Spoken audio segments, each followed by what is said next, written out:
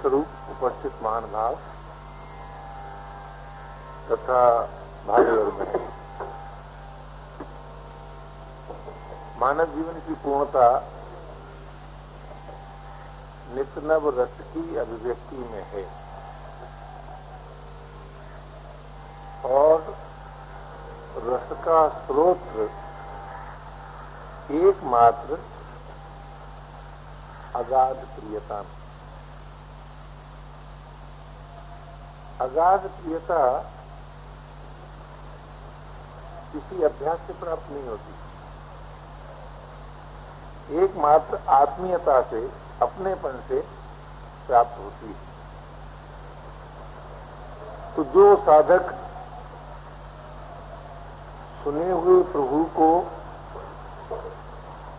बिना जाने प्रभु को, अर्थात जिसे इंद्रिय दृष्टि से, बुद्धि दृष्टि से नहीं देखा है, केवल अविचल आस्था, श्रद्धा, विश्वास के आधार पर अपना मान लिया है, उसमें जो आत्मीयता स्वीकार कर ली है, ये मान लिया है कि वे अपने हैं, इसी का नाम भक्ति है। ये भक्ति 5 बातों से प्राप्त होती है। सबसे पहली बात यह है कि साधक को ये मान लेना चाहिए कि मैं उस प्रभु की जाति का हूं। जिस धातु से प्रभु बने हैं उसी धातु का मैं हूं। मुझमें उनमें कोई जाति भेद नहीं है। दूसरी बात, उनसे मेरा नित्य संबंध है, पहले भी था, अब भी है, आगे भी रहेगा। और तीसरी बात ये कि वे अपने हैं। चौथी बात ये कि उनसे कुछ नहीं चाहिए, उनसे कुछ लेना नहीं है। और 5वीं बात ये कि अपने पास जो कुछ है वो उन्हीं का है, अपना नहीं है। इन 5 बातों से प्रत्येक भाई, प्रत्येक बहन भक्त हो जाते हैं। भक्त होने से स्वतः अपने आप भक्ति का प्रादुर्भाव होता है। जब तक किसी और को अपना मानेंगे तब तक प्रभु को अपना कैसे मान पाएंगे? जब तक कुछ चाहेंगे तब तक आत्मीयता सजीव कैसे होगी? तो जिसको लोग निर्विकारता कहते हैं, जिसको लोग मुक्ति कहते हैं, वह भक्ति का सहयोगी साधन है। इस दृष्टि से शांति और स्वाधीनता के पश्चात मानव भक्त होता है। जो अशांत है, जो पराधीन है, जिसे कुछ चाहिए, जिसके पास उसका अपना करके कुछ है, वो भक्त नहीं हो सकता। वो भक्त नहीं हो सकता। किंतु आपका भूतकाल कैसा रहा है, आपकी परिस्थिति कैसी है, आप में योग्यता कितनी है, आप क्या कर सकते हैं, इन सब बातों से भक्ति का कोई ऐसा संबंध नहीं है कि यदि आपके पास अमुक योग्यता नहीं है तो आप भक्त नहीं हो सकते। ऐसी बात नहीं है। आप में अमुक प्रकार की सामर्थ्य नहीं है तो आप भक्त नहीं हो सकते, ऐसी बात नहीं है। हाँ, चाहे जैसे हो और भूतकाल आपका चाहे जैसा बीता हो, किंतु यदि वर्तमान में आप ये स्वीकार कर लें कि प्रभु आप मेरे हैं, सब कुछ तेरा है, बस भक्त हो गए। इतनी स्वीकृति मात्र से भक्त हो गए। क्यों? जब आपके पास अपना करके कुछ नहीं रहा तो आप निष्काम हो ही जाएंगे, निर्विकार हो ही जाएंगे, स्वाधीन हो ही जाएंगे।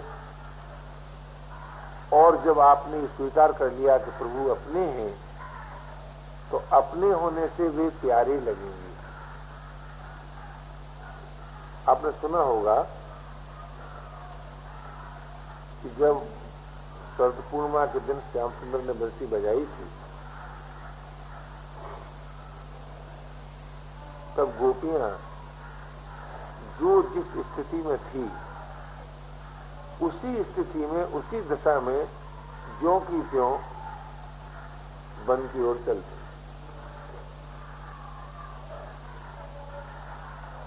उनकी दशा का जो वर्णन है वो तो ऐसा सुगम तो है नहीं, इतना कम, अब इतना है तो उसके वर्णन करने के लिए बहुत समय चाहिए। किंतु सारांश उसमें इतना ही है कि अगर कोई गोपी एक आंख में काजल लगा चुकी थी तो उसी दशा में चल दी, यानी अस्त व्यस्त दशा में। आप जानते हैं काम का उद्गम क्या है, कामी का स्वभाव क्या है? काम का उद्गम है अपने शरीर की सत्यता और सुंदरता में आस्था, अथवा शरीर को सजाने का प्रयास। स्वस्थ रखना काम नहीं है, लेकिन ये जो आजकल की प्रथा के अनुसार ये ड्रेसिंग रूम है ना, इसको ड्रेसिंग रूम कहते हैं, इसको कहना चाहिए काम घर। वहां जाकर आदमी एक बनावटी ढंग से, आर्टिफिशियल ढंग से अपने शरीर को सजाता है।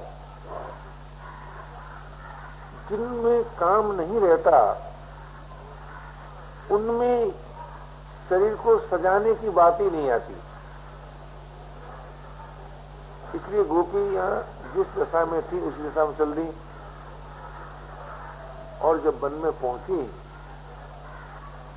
तो श्याम सुंदर ने कहा कि हे गोपियों, क्या तुम रास्ता भूल गई हो जो इस समय वन में आई हो रात में?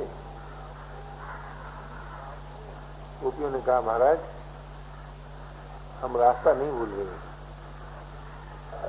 तो क्या तुम ये नहीं जानती हो कि वेद का धर्म क्या है? वेद ने क्या बताया है? वेद ने बताया है कि रात्रि के समय पर स्त्री को पति या पुत्र के साथ रहना चाहिए। तुम वन में कैसी आ गई?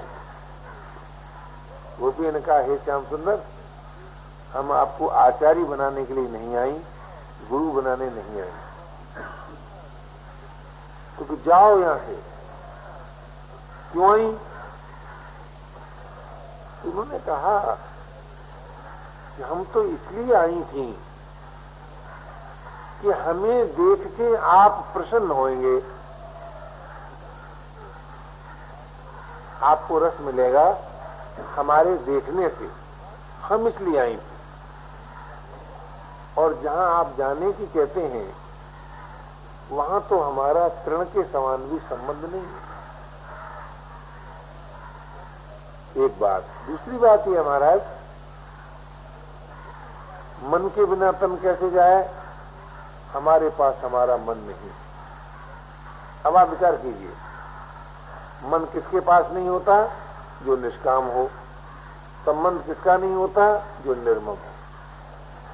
इससे क्या सिद्ध हुआ कि गोपियां निर्मम भी थी और निष्काम भी थी। उस पर भी श्याम सुंदर ने कहा, तुम जाओ। तब गोपियों ने कहा कि हे धर्म के आचार्य, तू ये बता कि किसी का पति कहीं चला गया हो और अपनी प्रतिमा बना के दे गया हो और ये कह गया हो तुम इसकी सेवा पूजा करना, तो स्त्री को क्या करना चाहिए? तो सेवा पूजा करनी चाहिए। और जब उसका असली पति आ जाए तब क्या करना चाहिए? तब उसे उस प्रतिमा की पूजा करना चाहिए कि असली पति से प्रेम करना चाहिए? तब तो उसको असली पति से प्रेम करना चाहिए। गोपियों ने कहा, हे श्याम सुंदर, हे धर्माचार्य, तुम ये तो बताओ जगत का पति कौन है ये हमको बताओ, जगत का प्रकाशक कौन है, जगत का पति कौन है? यदि आप जगत के पति हैं तो बताइए हम असली पति को छोड़कर कैसे जाएं? उस पर भी श्याम सुंदर ने कहा जाओ। तब गोपियों ने अंत में एक बात कही और ये कहा कि हे महाराज, जहां आप जाने की बात कहते हैं वहां तो हमारा संबंध ही नहीं है और हमारे पास हमारा मन नहीं है जो हम जाएं, हम तो बेमन की हैं। उस पर भी यदि आप हमें देख के प्रसन्न नहीं होते, यह बड़ा एक दार्शनिक रहस्य है, तो अब हम सब भस्म हो जाएंगे विराग में। और जब हम भस्म हो जाएं, तब आप एक बार उस भस्म के ऊपर से निकल जाए। आप जानते हैं, जिस समय अहम रूपी अणु नहीं रहता, उस समय उस अनंत में ये सामर्थ्य नहीं रहती कि वो त्याग कर सके। तात्पर्य क्या निकला? जिसने अपने प्रेमास्पद को रस देने के लिए ही अपने को स्वीकार किया है, जिसका ये व्रत है कि प्रीतम को रस मिले, वही भक्त है। भक्त का अर्थ ये नहीं है कि भक्त को भगवान से कुछ लेना है। जिसे भगवान से कुछ लेना है वो तो भक्त है ही नहीं। आप जानते ही हैं कि आपसे कोई कहे कि आप हमें अपनी मोटर दे दें और फिर कहें कि हम आपके बड़े भक्त हैं, तो आप मेरे भक्त हैं कि मोटर के भक्त हैं? भक्त उसे नहीं कहते जिसे कुछ भी चाहिए। जिसे कुछ भी चाहिए वो भक्त नहीं है। आप कहेंगे जब हमें कुछ चाहिए ही नहीं तो हम फिर क्यों किसी को अपना माने? कि यही तो भक्ति में विलक्षणता है कि कुछ न चाहने पर भी वे अपने हैं और अपने को प्रिय हैं। देखिए, अपने मान लेने का अर्थ क्या है? अपने को प्यारा लगे। तो जिसका कोई प्रिय है उसी का नाम भक्त है और उस प्रियता का नाम ही भक्ति है।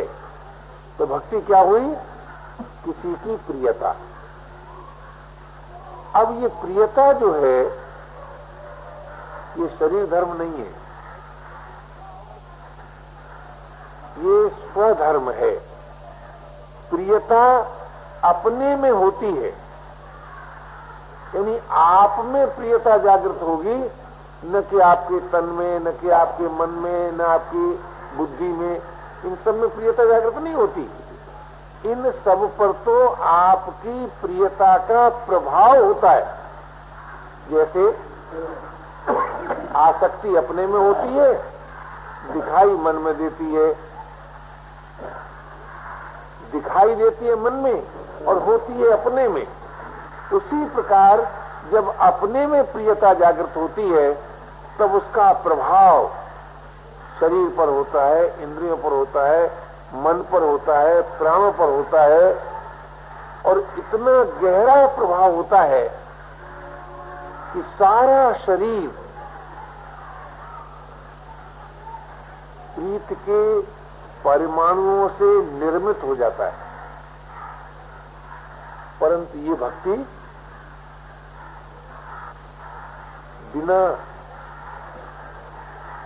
निर्ममता, निष्कामता पूर्वक आत्मीयता के प्राप्त नहीं होती। आप सोचते होंगे कि हम इंद्रियों के द्वारा किसी अभ्यास के पूर्वक भक्ति प्राप्त करेंगे, तो बात नहीं है। भक्ति में समस्त इंद्रियां और मन और बुद्धि, प्राण आदि सब अपने अपने स्वभाव को छोड़कर प्रियता में परिवर्तित हो जाते हैं। अथवा यूं कहिए कि जब प्रेमी प्रेमास्पद को देखता है तब उसकी सारी इंद्रियां नेत्र में विलीन होती हैं। जब उनकी बात सुनता है तो सारी इंद्रियां श्रोत्र में विलीन होती हैं। जब उनके संबंध में सोचता है तो सारी इंद्रियां मस्तिष्क में विलीन होती हैं। प्रेमी की सर्व इंद्रियां एक इंद्रिय में विलीन हो जाती हैं। किंतु ज्यों-ज्यों प्रियता बढ़ती जाती है, सबल होती जाती है, स्थायी होती जाती है, त्यों-त्यों इंद्रियां, मन, बुद्धि, प्राण, शरीर ये सब प्रीत में परिणत होते चले जाते हैं। अर्थात शरीर की आकृति रहते हुए भी वो सारा शरीर प्रेम के परमाणुओं से अर्थात प्रेम की धातु से निर्मित हो जाता है। इसी का नाम असल में भक्ति है और वो एक प्रकार का रस है और ऐसा अनुपम रस है कि जिस रस की मांग भगवान को भी है। भक्ति रस की मांग भगवान को भी है। अर्थात भक्ति भगवान को रस देती है। किंतु कब प्राप्त होती है? जब मुक्ति भी संतुष्ट न कर सके तब प्राप्त होती है। अर्थात जिसे मुक्ति भी खारी लगती है उससे भक्ति प्राप्त होती है। और मुक्ति किसे प्राप्त होती है? जिसे कि जीवन में से यानी सुख का प्रलोभन नहीं रहता, अर्थात जिसे सुख नहीं भाता, सुख जिसको अच्छा नहीं लगता उसको मुक्ति मिलती है और मुक्ति जिसे नहीं अच्छी लगती उसको भक्ति मिलती है। अंतर केवल इतना है कि सुख का प्रलोभन नाश होने से दुख की निवृत्ति होती है और सुख का प्रलोभन नाश होता है, किंतु मुक्ति का कभी नाश नहीं होता। क्यों? इसलिए नाश नहीं होता कि मुक्ति में भी देह का अभिमान गल जाता है, देह से संबंध नहीं रहता। तो जब देह से संबंध नहीं रहता तब कर्म में, चिंतन में, स्थिरता में जीवन बुद्धि नहीं रहती और जब इन सब में जीवन बुद्धि नहीं रहती तब पराधीनता नहीं रहती। तो पराधीनता का अत्यंत अभाव कहो अथवा मुक्ति कहो एक ही चीज है, परंतु उस स्वाधीनता को प्रियता के लिए समर्पित कर देता है। कौन? भक्त। आप कहेंगे क्यों समर्पित कर देता है? स्वाधीनता का अनुभव आप करते हो। पराधीनता से पीड़ित भी आप थे, तो जो पराधीनता से पीड़ित था वही नहीं ये कहता है मैं स्वाधीन हूं, तो स्वाधीनता अपने लिए उपयोगी हुई, प्रभु के लिए उपयोगी नहीं हुई। लेकिन प्राप्त कैसे हुई? स्वाधीनता आपको कैसे प्राप्त होती है? प्रभु के दिए हुए विवेक रूपी प्रकाश के आदर से। मुक्ति विवेक सिद्ध है ना, और विवेक आपको मिला है। जैसे भुक्ति कर्म सापेक्ष है, जितने भोग हैं वे सब कर्म की अपेक्षा रखते हैं, यानी कर्म के द्वारा भोगों की सिद्धि होती है। लेकिन एक बात बताइए, कर्म सामग्री किस कर्म के द्वारा सिद्ध होती है? ये क्या विचार है आपका? क्या कर्म सामग्री भी किसी कर्म का फल हो सकती है? अगर किसी कर्म का फल हो सकती है तो कर्म का अनुष्ठान कैसे हुआ? ये मानना पड़ता है कि कर्म सामग्री भी कर्ता को किसी ने दी है। तो जिसने आपको कर्म सामग्री दी है भोग प्राप्ति के लिए, उसी ने आपको विवेक दिया है मोक्ष प्राप्ति के लिए। ये जो मोक्ष मिलती है वो विवेक से मिलती है। तो विवेक जिसने दिया मुक्ति के लिए और कर्म सामग्री जिसने दी भोग प्राप्ति के लिए, उसके संबंध में आपका अपना क्या विचार हुआ? आप सोचिए तो सही। अगर आप ये मान लें कि नहीं, विवेक हमारी निज की उपज है, तो फिर ये तो बताओ अविवेक आपके जीवन में क्यों आया? अगर विवेक आपकी निज की उपज थी तो अविवेक क्यों आया? आपने विवेक का अनादर क्यों किया? और यदि कर्म सामग्री आपकी अपनी चीज थी तो कर्म का अंत क्यों हुआ?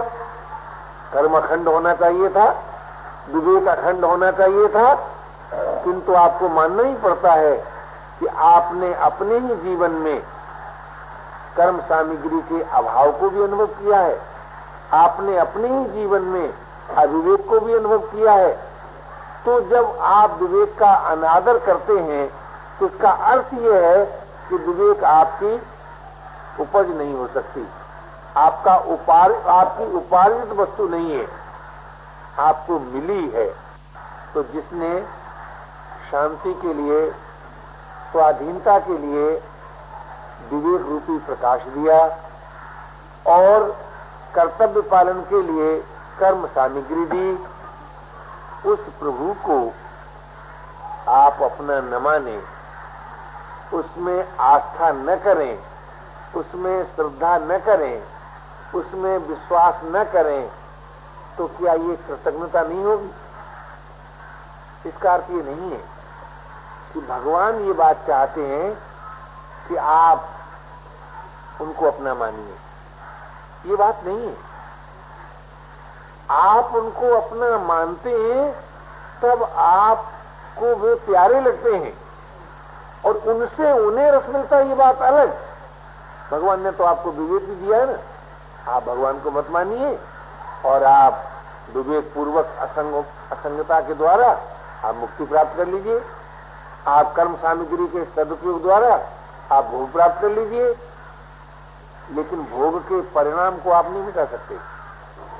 भोग का परिणाम आपको अपनी रुचि के विरुद्ध भोगना ही पड़ता है। भोग को आप प्राप्त कर सकते हैं लेकिन परिणाम से अपने को नहीं बचा सकते। तो भोग का परिणाम क्या है? रोग और शोक। और मुक्ति से आपकी दुख निवृत्ति हो सकती है, आपकी पराधीनता मिट सकती है, आपके जीवन में से जड़ता का अत्यंत अभाव हो सकता है, अर्थात चिन्मय अमर जीवन से आप अभिन्न हो सकते हैं। आप अमरत्व में संतुष्ट हो जाएं, भगवान आपसे कभी नहीं कहेंगे कि आप हमको अपना मानिए। किंतु आप जानते हैं, मुक्ति का जो रस है, शांति का जो रस है, निर्विकारता का जो रस है, वो अखंड तो है, अविनाशी तो है, उसका नाश तो नहीं होता, परंतु उसकी पूर्ति होती है, तो पूरा हो जाता है। जैसे जिस वक्त आपको निर्विकारता प्राप्त हुई निर्मम होने से, फिर आप ये नहीं कह सकते कि निर्विकारता के बाद और कोई हिस्सा, निर्विकारता का कोई भाग ऐसा रह गया है जो प्राप्त करना है, तो पूर्ति उसकी होती है। ऐसे ही स्वाधीनता की भी पूर्ति होती है, ऐसे ही निस्संदेहता की भी पूर्ति होती है, आप संदेह रहित हो जाते हैं। किंतु प्रियता जो है उसकी कभी पूर्ति नहीं होती। पूर्ति न हो, निवृत्ति हो, तो उसकी निवृत्ति भी नहीं होती। अब आप सोचिए, न तो प्रियता की कभी पूर्ति होती है, न उसकी निवृत्ति होती है, न उसमें क्षति होती है। जिसकी क्षति न हो, जिसकी निवृत्ति न हो, जिसकी पूर्ति न हो, मानना पड़ेगा वो असीम है, अनंत है, नित्य है। क्योंकि निवृत्ति नहीं होती इसलिए नित्य है। तो जो प्रियता असीम है, अनंत है, नित्य है, उस प्रियता से उस अनंत को रस मिलता है। मानव का निर्माण सच पूछिए तो प्रभु ने इसी उद्देश्य की पूर्ति के लिए किया। सारे जगत का निर्माण मानव के लिए। जगत क्या है? कामना पूर्ति की सामग्री। और क्या है जगत? और विवेक का निर्माण किया प्रभु ने मानव के लिए, क्योंकि भोग और मोक्ष मानव को मिल सकता है। वस्तुओं के द्वारा भोग मिल सकता है, विवेक के द्वारा मोक्ष मिल सकता है। तो समस्त वस्तुओं का निर्माण प्रभु ने मानव के लिए किया, किंतु मानव का निर्माण अपने लिए किया। आप कहेंगे क्यों? क्यों किया? इसलिए किया कि मानव ही एकमात्र ऐसा प्राणी है कि जो प्रभु को अपना कह सकता है, उनमें आत्मीयता स्वीकार कर सकता है कि ऐसा प्राणी मानव है। मानव ही एक ऐसा प्राणी है जो जगत से निराश होकर, जगत से असंग होकर अपने आप में संतुष्ट हो सकता है। मानव ही एक ऐसा प्राणी है जो समस्त विश्व के दुख को देख करुणित हो सकता है, दूसरों के सुख को देख प्रसन्न हो सकता है। ये तीन बातें, प्रभु में आत्मीयता, सुखियों को देख प्रसन्न होना, दुखियों को देख करुणित होना और असंगता पूर्वक स्वाधीन हो जाना, ये बातें मानव जीवन ही में साध्य हैं और किसी जीवन में साध्य नहीं हो सकती। किंतु ये तीनों में रस है। करुणा में भी रस है, प्रसन्नता में भी रस है। इसका अर्थ क्या हुआ? उदारता में रस है, क्योंकि उदारता के दो भाग हैं, एक करुणा और एक प्रसन्नता। उदार पूर्व मानव भी सुखियों को देख प्रसन्न और दुखियों को देख करुणित होता है, तो उदारता में भी रस है और असंगता में भी रस है, निष्कामता में भी रस है। किंतु प्रियता में जो रस है वो अनुपम है, अलौकिक है, अनंत है और जीवन में रस की मांग है। इस दृष्टि से आप विचार करेंगे तो जो सर्वोत्कृष्ट रस है उसका नाम भक्ति है। और उसकी प्राप्ति किसको होती है? जो प्रभु को अपना मानता है।